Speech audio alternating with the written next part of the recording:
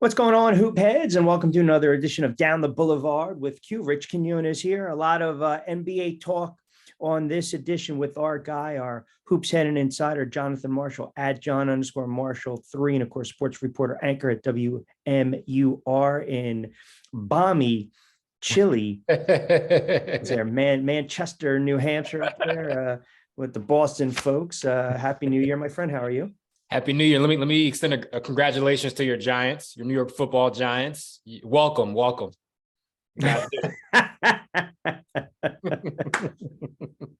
mean, this is how we're gonna start it off, right? Congratulations. And here's the funny thing. I've been somewhat quiet this season. Like, I know you have. I've just kind of gone with it. I've let it come to me. I changed the culture, the head coach, the GM. Yeah. And the quarterback, the running back, the defense. Listen, I'm just, as they say, when you collect awards, right? You know, I'm just a lot of people to thank. I'm just happy to be here. That's really, that's where we're at. I can't say that much for my Knicks at this point, but be that as it may. So let's dive into it, and always appreciate a couple moments. You know, I thought we mentioned this prior to the new year, right around the holidays. You start to separate yourselves when you come to Christmas and New Year. And then look, we know the NBA is a friggin' grind, man. We understand that. I got to start off what I think is just a story that, because of everything else going on in the world of sports, a story that's not really being talked about is this sudden switch, this emergence now of the Brooklyn Nets, who, let's be honest, a month, 2 months ago, it was KD wants out, get rid of Nash. Here we go with Kyrie. Ben Simmons is going to be a bust. Then you got Kyrie's tweets, get him off the team, suspend him, never play in the NBA again. I mean, my goodness, Jacques Vaughn right now, this kid's the coach of the year in the NBA. I mean, think about this turnaround. What do you attribute it to? You mentioned it. And I mentioned it to one of my friends. It was during the bubble. And I think Jacques Vaughn was serving as an interim coach during that time. And they were playing well. Like, I think they still have the young guys, Karis LeVert, D'Angelo Russell, Jared Allen. And I was just impressed with how he had these guys ready to go and putting them in the right positions, and they were responding to him. And I said, you know what? I would give Jacques Vaughn a chance. Like, what do you have to lose with this young group of guys? This is before obviously getting KD and Harden and Kyrie. But I said, look, he's showing improving. He's been an assistant, former player for the Spurs. He learned from Pop. That's right, under Popovich. Great college player at Kansas. So he has that playing experience, very young, still very young as far as coaching standards are concerned. So he can sort of, I guess, relate to the players these days, right? And so when they hired Steve Nash, it was always sort of puzzling for me. And the minute we talked about this before, when Kyrie said, we don't really need a head coach, which is ridiculous. As soon as he said that, that ship's not going anywhere but now. No. And so nothing's changed with the roster. These are the same guys. And so there's only been one change, and that's the coach. So I think KD's been playing amazing. Kyrie's been playing amazing, but something has to be said about Jacques Vaughn, because this was a volatile situation with everything going on. Something has to be said about getting these guys together and putting all these guys in the right positions, these role players that are stepping up for them as well. They're playing well. So Jacques Vaughn is a legit head coach. And that's all that needs to be said about that. Steve Nash, we'll see what happens, but he wasn't proven. That's just the reality of it. And how about this? When they got rid of Steve Nash, the uproar of who are you going to hire now, right? Sometimes the best moves you make are the ones you don't. I mean, if you think about it, because you brought in somebody else. I mean, did we not have this conversation? What was the name out there that everyone was talking about? Was it who was the name? Was it D'Antoni? No, there were several, but to your point, it was, look, man, is anyone going to be better than what we have? And if the answer is yes, bring him in. And they just didn't give this guy an opportunity. And now look, he's flourishing. And it is, when you win and you're playing well, we have short memories, right? Now, all of a sudden, Kyrie, quote, gets it. 27 last night, I think it was, right? Yeah.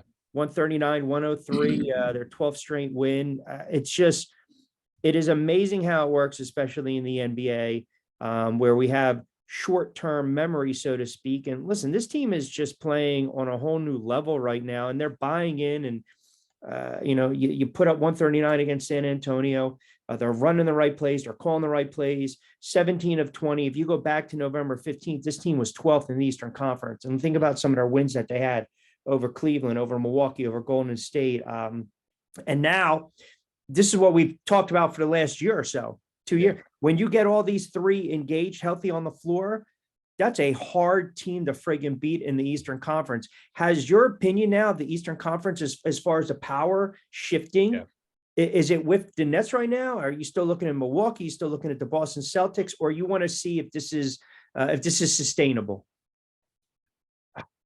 It's tough to say, right? Because with Brooklyn, the question is, it's never been the talent. It's always been the worst case. Hope for the best, expect the worst. Yeah. Right. And so with Brooklyn, no question, if those guys are engaged and locked in, they have Jacque Vaughn as a head coach, that's working really well.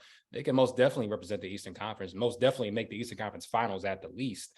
And so, I mean, I want to see when adversity strikes, though. I still keep in the back of my mind, I want to see, like, everything is going well right now, but we all know during an NBA season, all teams go through these lulls. Boston they've gone through their lulls. They're sort of battling through their own issue. I want to see how they get through that. Milwaukee, they're in third place now. They're not, Giannis is being amazing right now, but let's see if they can reclaim their top spot in the Eastern Conference. So, I mean, I don't think Boston, Brooklyn, Milwaukee have sort of separated themselves just. I'm not ready to just say any one of those teams have separated themselves yet, because I still need to see Brooklyn handle and fight through adversity. And we just haven't seen it just yet. Just as far as Jacque Vaughn being the head coach and just okay. Yeah. That's what I was going to say, because I mean, someone can argue, well, look what they dealt with earlier in the season. But to your point, you're right. I mean, the first sign of drop in 4 out of 5, 5 out of 6, 6 out of 7, right? You mentioned Boston. Look, I mean, we know about the guard play. We know about Tatum and Brown and Smart. I still think Boston's going to be the team to beat. I'm getting a little nervous here with Milwaukee, man, because we always talk about depth. We always talk about, guys kind of taking pressure off Giannis, and, he's logging a lot of minutes, man. I mean, listen, Holiday and Lopez and Portis and those guys, they've got to kind of step up and kind of shoulder the load a little bit. I just see them in spots sometimes with these defensive lapses too, and I think they rely too much on the big G. I mean, is that a fair assessment or no? It's a fair assessment. Chris Middleton, he's still dealing with injuries. I think he's been out for a little bit for these recent games.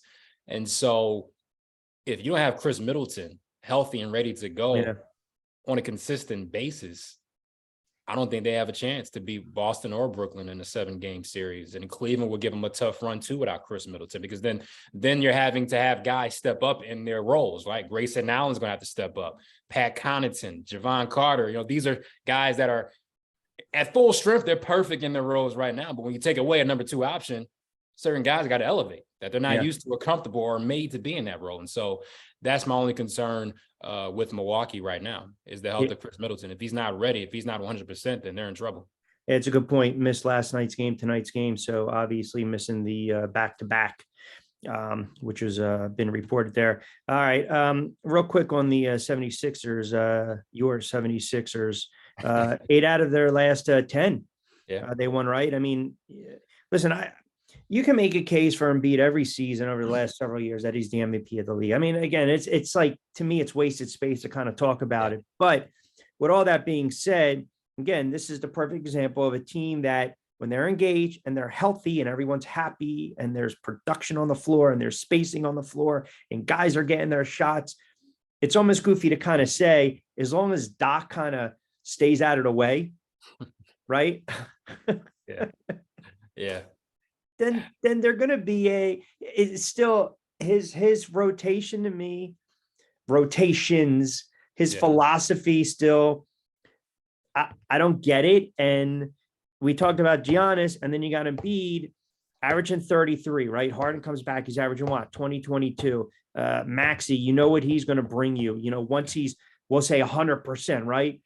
But again, Embiid's logging a substantial amount of minutes. You got to start talking about that load management because it's a long season. You want him ready to go come playoff time. So where are you right now with the Sixers and Doc Rivers? I feel like we have this conversation all the time. They're 22-14, Q. Yeah. 5th in the East. Yep.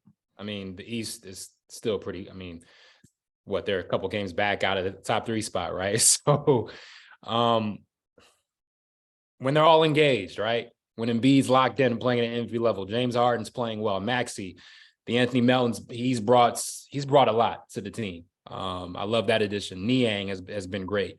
I don't trust that they can be reliable on a consistent basis. Like, I just don't trust it. Is that talent, or you're saying talent and depth, or you're not trusting the coaching can get them through a long series based on the type of talent? Meaning, I don't know how to get the best of some of these guys. I can't put these guys in the best position. I hate to throw an Andy Reidism at you. Best position to win the game, right? In this case, draw up the proper plays or know how to call the timeout, stop the run, stop the bleeding, get so-and-so involved, get Embiid off going, understanding Harden's got to penetrate, kick, and look. Is that kind of where we're going with this? Or you just think they don't have the depth? I don't trust the coaching, number one, right? I don't trust in late game situations. Joel Embiid's the guy to get the ball. What is he going to do with it? Is he going to just put up any old kind of shot and look for a foul? Like, certain moments, I think it was in the Wizards game that I watched, and I don't know what his attempt, I don't know what type of shot attempt that was, but it wasn't. The turnovers are brutal. In playoff time, it magnifies itself even more. So when you need a bucket, late game situations, pressure's on. Can we count on Embiid or Harden to be there when to make a good play, or Doc Rivers coaching them up to make a good play on a consistent? Can we trust that? And I don't know. Can we trust that Embiid physically is going to be there? Can we trust that James Harden physically and mentally is going to be there? Right. So, I mean, there's a lot of question marks that I don't have when it comes to Brooklyn and Boston and Milwaukee, because I feel like with Brooklyn, you have a Katie and Kyrie. Let's just go get it. With Milwaukee, Giannis can just go ahead and dunk on anybody, right? Yeah. With Boston, Tatum and Jaylen Brown, 2 extraordinary wings. And when their offense is clicking, they can get easy offense with problem. I watch the Sixers offense sometimes. When they're clicking, it's fun to watch, but there are moments where it's just a chore. Like, what are you doing out there? So that's my only question mark. Cleveland has a Donovan Mitchell, and Derek Mitchell had 71 the other night. And Garland, yep. So it's just, I don't question those teams being able to just get hot offensively on a consistent basis. I trust those offenses more so than I trust Philly, especially in a seven game series with adjustments. I just don't know if I can trust it right now. I just can't. Nah, it's total. Listen, I agree 100%. It's total fair points because we have to go through what we've seen over the last several years. So, and I'm still concerned with Embiid and a ton of minutes, man, and just his style of play that I'm sure people don't want to hear. It's in nauseum, but also sometimes he's still putting the ball very low when he's down on the block. He's, some of these sloppy turnovers, half-ass passes. Great player, absolutely. Make a case for MVP every seat, absolutely. Can he take them far? He can, but I also think there's this.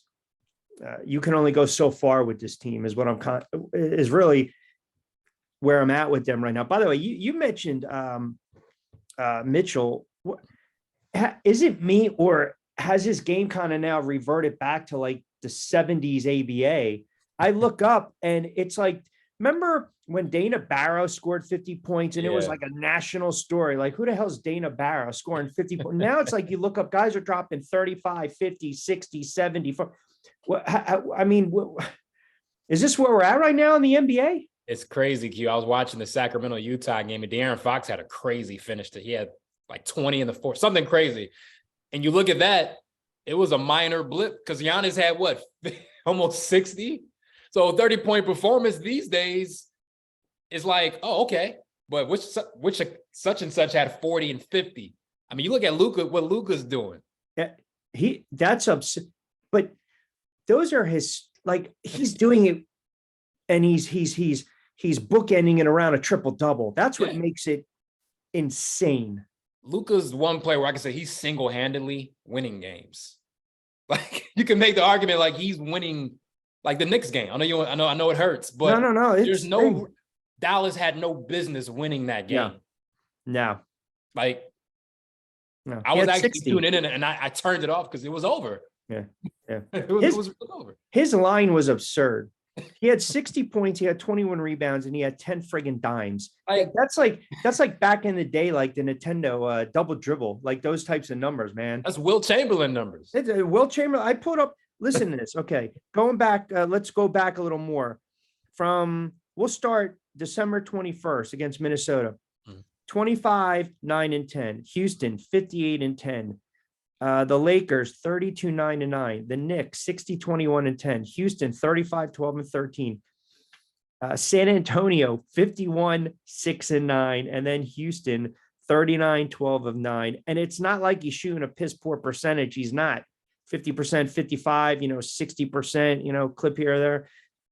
How do you not say this kid is just running away with the MVP? And we forget, how old is he? 24? Not even in his not even 25 yet. I was about to say, I mean, they're 2.5 games out of first. We got to revisit that MVP conversation.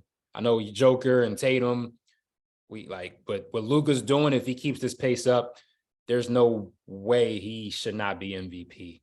There's no way, because I can't remember a run like a single individual run like this. I can't recall. I just can't. Harden had a stretch years back with Houston. I think it was like a month plus where.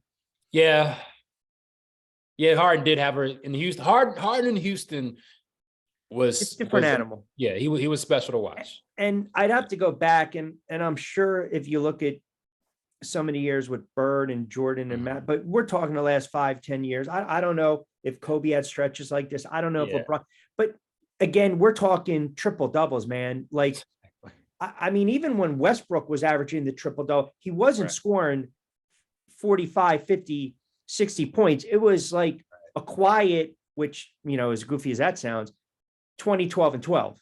Right. Yeah. I mean, what he did with the Knicks and just during that stretch, he's a great player. It's always a top 5 debate. Who's number one? Like, if you had to start a franchise and Luka's on the table, it's hard to pass up on that. Just the value that he brings onto the floor for other guys around him. Yeah. He just seems, he plays at his own pace. Yep. He's not relying upon athleticism,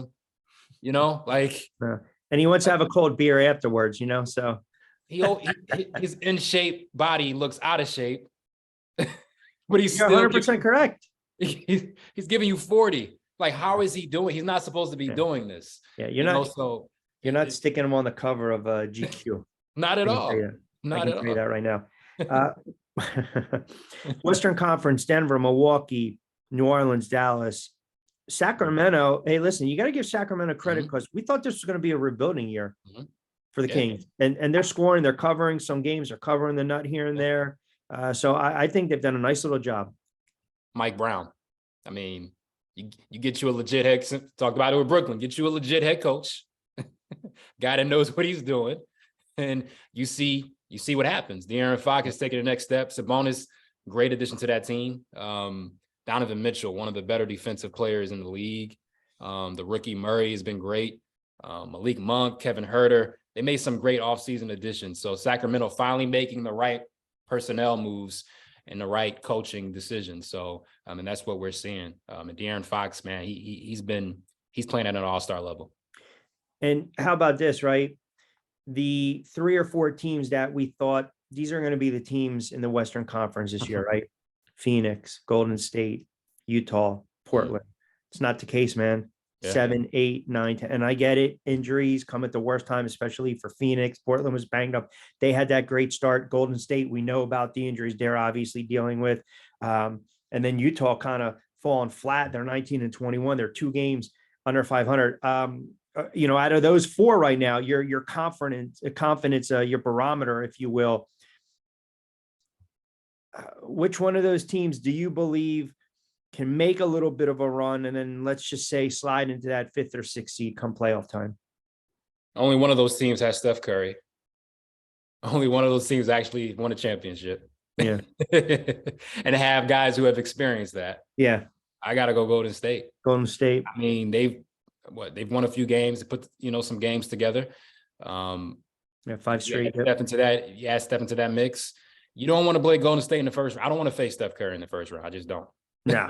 I would want to avoid that. Yeah. Possible. Yeah. No, I get it. It's the Tom Brady, Aaron Rodgers. You want to steer clear of these guys. Absolutely. Jonathan Marshall joined us a couple minutes down the Boulevard DTB, hashtag Rich Quinones here. All right, let's look at some of these games before I let you get out of here. A couple on the docket tonight that kind of stand out. The Grizz, your Grizz against the Hornets. Memphis is laying 7.5, 23-13. Hornets having all types of issues. They can't play defense. They can rarely score. They're 10-28 on the season. You like Memphis covering the number tonight? I like Memphis. They should win by double digits. They should. Yeah, that's easy work. How about the Suns in Cleveland? That's a good game on paper, man. You got Phoenix coming in 20-18. Again, with their issues, we know Cleveland, we talked a little bit about their scores, 24-14. They're laying 5.5 at home. Devin Booker's out, I believe, correct? He's been out. So Donovan Mitchell, we'll see if he look, you gave us 70. You got to follow it up with something too. Like, what is he going to do to follow it up? So I'm excited to see that, but I like Cleveland in this one.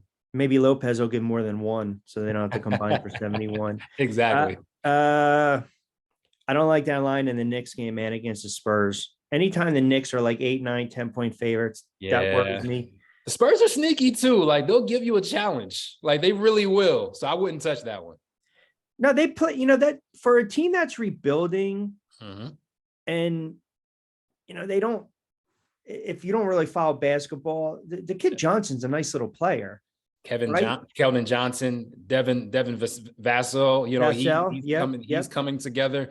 They have some really, really nice pieces, and Pop is going to, those guys are going to be coached well. Yeah, they're going to be put in a position to succeed. So I think the kid Jones is averaging about 12 or so. All right, we'll steer clear. All right, here you go. Nets and the Bulls. So the Nets look to make it 13 on the road tonight, and they're laying 5.5 against the baby Bulls. The Bulls are a team they've just been on the decline. I think Zach LaVine, there's something going on there. I'm not sure if he wants to be there any longer, right? Brooklyn's playing so well. They don't have an answer for KD or Kyrie. I got it. Look, Brooklyn should be good with this one. All right, and then lastly, Miami and the Lakers. Miami's laying 9.5. Heat come in 20-18. Lakers 16 and 21. And listen, every time we see LeBron, he's getting older. It's utterly remarkable. Playing 36 minutes and averaging pretty much around 30 points a game is just it's really remarkable. Now, he's been playing amazing, but it's like, how much can he carry at this point? That's the only concern. At year 20, it shouldn't be looking like this, but he's transcending that. But I like Miami. Bam Adebayo, Jimmy Butler's back. Tyler Herro's been stepping it up. I like Miami. All right, I'll give you 30 to wax poetic on your Philadelphia Eagles, who, by the way, now, how about this for irony, my friend? The irony is that they actually have to beat the Giants to get home field and win a division. We want you guys to bring your best. We don't want not happening. We don't want charity. It's not. I want Daniel Jones again. And that's not happening. I want him again. Not happening. No. I need that. No.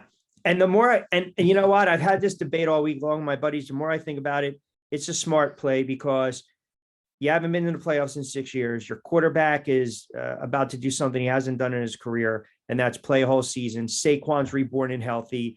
You get players rested. You're pretty much locked in against Minnesota. So look, man, late Christmas gift. I'll give you the bunny layup at the YMCA on a friggin' Saturday, right? I'll let you cross me up and I'll give you the bunny layup. Tyrod Taylor it is. 35-10 type of game, man. Tyrod Taylor it is. That's fine. Look, we'll take it. Home field advantage, first round bye. I'm only concerned about San Francisco, honestly. Beast. They're a problem. 9 in a row, and they're doing it with a quarterback no one even heard of. How about this? 3 quarterbacks: Lance, Jimmy G, and now Purdy. Yeah, Purdy. I think Purdy's the real deal. Yeah. I don't think this is a fluke. I think he's a good quarterback. No, I would agree in that one. All right. He is Jonathan Marshall on Twitter, @John_Marshall. And of course, a sports report anchor, WMUR, Manchester, New Hampshire. Give him a follow, Hoopshead on Twitter. Always appreciate you, brother. Take care, Q. All right, you got it. Appreciate it. There you have it, folks. So good stuff there, breaking down some of these games. We give you some of the plays. Always appreciate you guys checking out another edition of Down the Boulevard with Q, myself, Rich Quinones. Hey, later on the week, Rich McCallop, the high flyer. We're going to take a little drive with him down the Boulevard. We'll talk some hoops playing overseas. His really just unbelievable God-given natural ability. He's a wonderful dunker, great story, great player. So we'll talk a little hoops with him. We'll post this up. Don't forget @RichQ on Q. We're always powered by our good friends over at Played Against Sports. Check them out online, playedagainstsports.com/Deptford for all your merchandise, used and new equipment, all your needs. Check them out again online. We will do this again tomorrow. Appreciate everyone keeping us locked in. We don't ask for much. If you like the content, like, comment, subscribe. Check out the YouTube channel, Rich Q on Q. We'll talk to you tomorrow again. Another edition of DTB Down the Boulevard.